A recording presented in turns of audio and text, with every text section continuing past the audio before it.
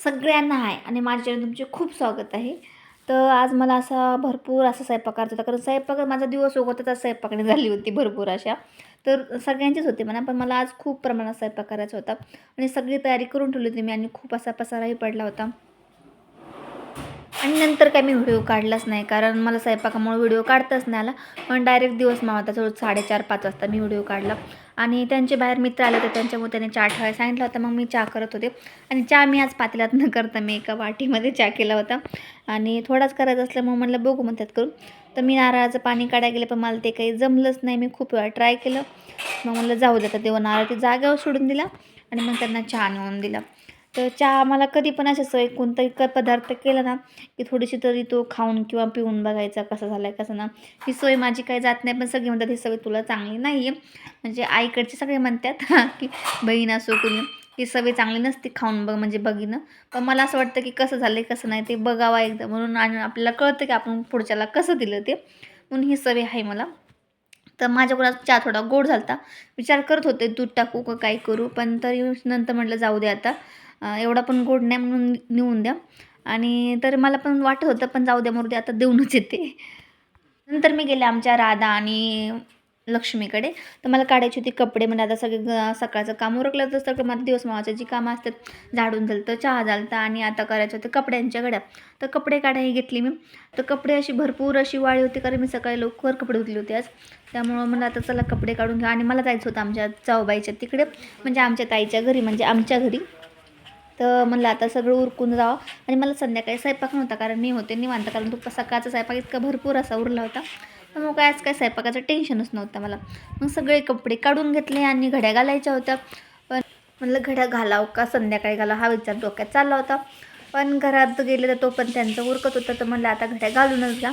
म्हणून मी मग म्हणलं आता, आणि कसं असतं आपण एकदा काम ढकललं की ते पुढं तसं ढकलून जातं.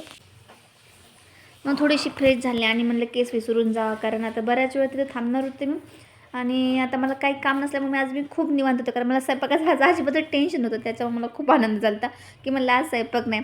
कोणत्याही लेडीचा संध्याकाळचा स्वयंपाक नाही म्हणजे की खूप सारा तिला काही नको असतं दुसरं, मग आज मस्त विश्रांती असं असतं. तसंच माझं यात झालं होतं.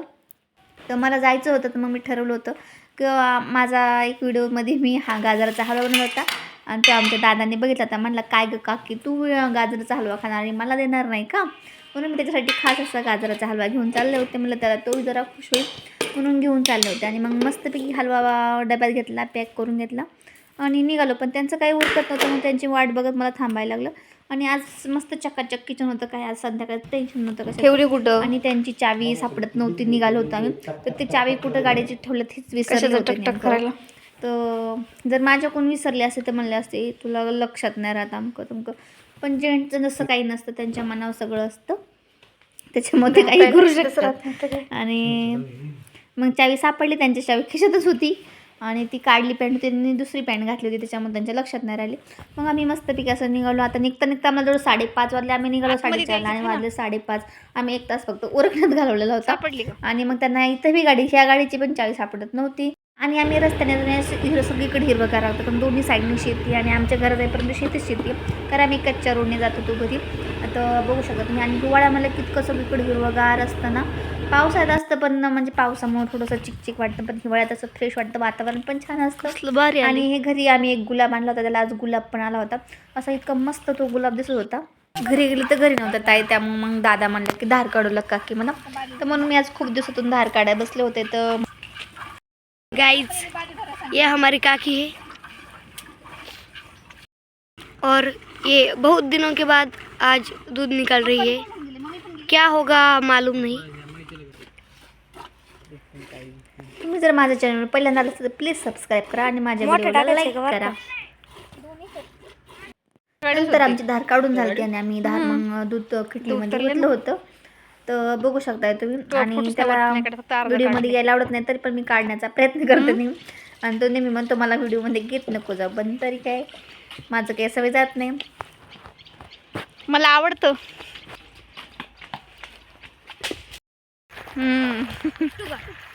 नाही ग आताच नाही उपटायची. उपटायलाच पाहिजे अशी, तर पाणी द्यायला पाहिजे पण सुरुवात. नंतर आम्ही रानात गेलो आणि मेथी बघायला. तर म्हणलं मेथी उपटाय आली का नाही बघा. फक्त मेथी उपटाय आलेली होती आणि बघू शकता तुम्ही किती मस्त दिसते. आता 2 दिवसात उपटणारच होता मी, पण असं झालं की आता मी ठेवते आणि बाजारच पूर्ण कमी झालेला आहे. कारण आमचं तर नेहमी आहे, माल वावरत येतो आणि बाजार कमी होतो. तर काय माहिती आता तरी काय होतं. तर भेटूया पुढच्या व्हिडिओमध्ये, तोपर्यंत बाय बाय. पिलूच्या बड्डेला नेहमी काय असतं तेच असणार. पिलू म्हणाल तो, पिलू काय पाहिजे तुला? पाव भाजी बाई.